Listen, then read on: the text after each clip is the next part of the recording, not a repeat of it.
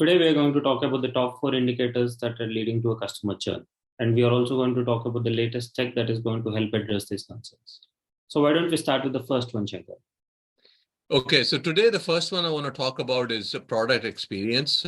Platforms like Gainsight and other ones will give a great view to what the end users and the customers are doing with your product.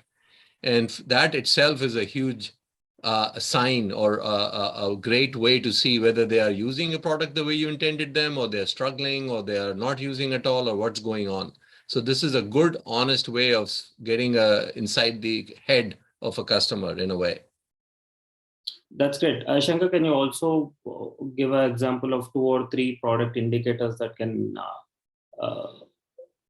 these tools can help us track? So the greatest one, the one of the good ones, I shouldn't say the greatest. One of the good ones is like daily active users, for instance.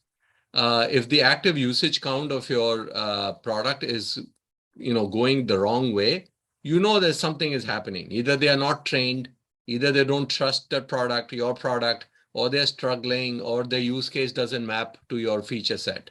It's not a good product market fit. So either way, the daily active users, if there's only one thing you can look for the daily active users and see what's going on. That's a great point. For first time viewers, we've already done a video on the top seven metrics that a customer success manager should look into. So let's quickly jump into the second indicator that is a sign of concern or that's a red flag for a customer. Do you want to share your thoughts? Yeah. So I think adding to the DAU, like I look at the activation feature. So for any software product, so there will be one core feature or one core capability which most of the customer base will take advantage of. So the product exists because of that core feature, right? So if the user is not using that, that means the user is not activated, right? So we have to track that core feature is getting used for each and every user of your customer base. So I think that is one of the very good indicator on whether a customer is getting value or not. That's great. Let's quickly jump to the second key indicator that will help us identify customer churn. Shankar or Vilma? Yeah, so the other one, the on my list is tickets, because again, customers can create tickets. They can be, unusual activity can mean churn, but not always, because many times when customers are increasing usage of your platform, they can also be creating more tickets. So it can actually also mean a good thing. And so it's kind of, just looking at some of the comments and the amount of tickets doesn't necessarily mean it's a leading indicator of churn. So that's just kind of, but at the same time, it's good to keep an eye out on the tickets. Yeah, definitely. To add that to that point, Shankar. So it's not just the volume. Sometimes having more volume of tickets is like very good, but like what that volume is about, right? In terms of like what kind of tickets, what kind of problems the customer is having, understanding that is very important. But there is a small pitfall, like when you have like so many of these tickets getting created by all of your customers, like like you don't know what to do. I mean, even though you're solving them, like you're still trying to figure out like where do we have problems within our product, right? So that's where comes in like all this data analytics and understanding all of the ticket text written by your customers. Okay, like what are they feeling so bad about? What are they feeling so happy about? But like they want more, right? So those can be those can be easily understand by some AI techniques and predictive algorithms easily, and give you a full overview on all of the customer support tickets. Good point. So just doing a double click on that point. For let's say a smaller customer success team where the number of support ticket for the tickets flow is pretty limited, do you guys feel that there is a need for deploying a tool, or do you think a person who manually does it will he be able to get the same insight? Essentially, what is the need for a tool? How does it add more value? Yeah. So to take that point, Anup. So as you are starting out, and if you have like very less number of tickets, I think it makes sense. I mean, people have, people are like very efficient to deal with small amount of things. But as it gets more, like as your company grows and product usage grows, and simultaneously tickets also grows. So it becomes, humanly impossible to understand and digest all of the issues, your customers are getting. So, and keeping track, let's say like you have 30 agents, as a leader, you want to know, so like, what my agents are working upon, right? Our CS managers are like, trying to solve the problems. So at that point, to have a full, bird eye view on like, okay, what are the problems, where do we should spend most time on, where should we build our product to solve those problems, to have that to our view, having tools to automatically do that for you, and understand all of the tickets and give you, okay, these are the top tickets which are getting created for a particular problem, and if we solve that, like we can reduce like 40% of the issues, right? So those kind of things can be given only with high volume analysis using predictive tools.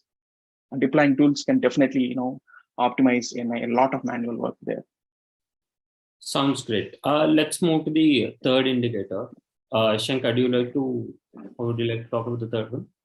Yeah, no, so this is something, Anup, we have talked about in one of our previous episodes, which is some of these KPIs or surveys that are a great way to get feedback from the customer. And some of the, obviously, the big ones are the, CSAT, the NPS, which is probably used by almost every CS organization, and the CES. There could be other ones that people might have come up with on their own. But at the same time, these are the kind of three surveys and the comments that some people would leave in those surveys that is a great way of seeing how they are feeling and what might happen when comes time for renewal or upsell. So keeping an eye out on surveys is makes for a great way to keeping an eye, on the pulse of the customer. That's a really great point. And also here, the things that we usually see whenever the customer success manager himself feels that, okay, there's a good relationship with the customer, and it looks all very rosy, and he's going to renew, but is not going to renew. Things like recency bias creeps in. The first 6 months of the product journey was not really good, but the latest quarter customer success or customer CSAT scores are really good.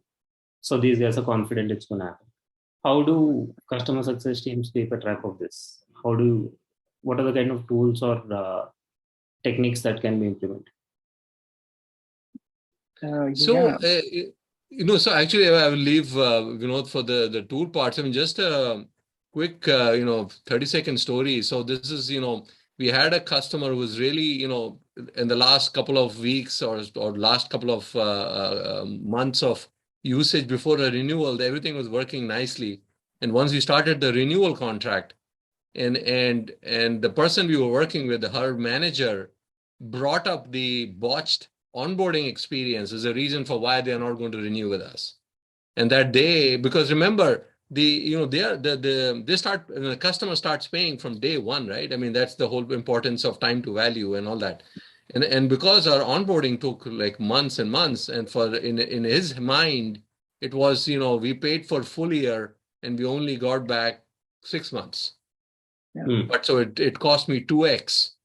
And so eventually, just as to end that story, we gave them, unfortunately, we had to give them some free months. We did get them to renew, but Anup, you make a good point. Recency bias can cloud the judgment and your thinking that a customer is happy when they are still holding on to some of those things in their back pocket, if I may. True. Definitely. Yeah. Vinod, yeah. So to continue on that, right? So the comments. So normally the surveys have the quantitative part of it, which is just a rating, and the qualitative part of it. Qualitative means like there will be some comments left by customers, not much, but like there will be some comments given by some the patient customers, right? So like sometimes what happens is like, you'll get this revenue, revenue and renewal, signals from those comments also. So, people will give some random number, they don't care. But if they are actually giving, writing something like, they care about you a little, at least, and they are giving you some critical information about whether they are renewing or not also, most of the time. So to take advantage of most of them, right? Like if you have like all of CSAT, NPS, CES, so like if you combine all of them together for each and every customer and understand these comments given by them in a better way, using some natural language understanding. So overall, like positive, negative, neutral, right? So you can figure out, okay, focus on all the positives. Like, okay, there are high signals for upsells or renewals. If there are negatives in all of them, like, okay, this customer is churning, like go do something about it, right? So you can deploy some automatic text analysis techniques there to take advantage of all of this when you have huge volumes of these surveys. Got it. And I also think there are enough CS tools out there which can help us track a customer journey right from the start, how the sentiment has been evolving or devolving, and try not to cloud our judgment based on the recent history with the customer. With that, let's hit our final point, final indicator, which we feel is very important or a huge red flag in terms of customers churning out. Shankar, if you'd like to point out. Yeah, so this is something that we kind of was thinking, what to call it, and I think in the age of social media, ghosting is probably the best tag for this, which is where you are in your conversations, you either find that the customer is not very communicative, or giving kind of go around, just go around in circles. The conversations are not going anywhere. Or as in social media world, they just ghost you. They might say, oh yeah, I'll show up for this meeting, and then they don't. Or they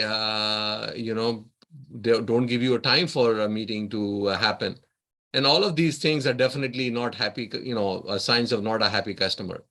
So don't just write it off as, oh, they are too busy, because there is again, it's kind of a human bias in terms of, oh, they must be very busy and it's all good. And no, not really. And it might be that your human judgment is probably clouding that situation. So yeah, this is definitely a sign not to miss. But Vinod, your thoughts?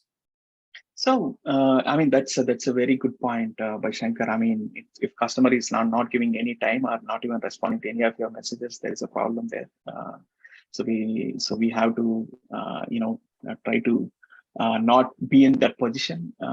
But even even if you are in, like, I mean, before we are in that phase, like, so we can still have a way to like figure out, okay, the overall engagement ratio is actually falling down in the last few weeks. Like, you can capture that trend and try to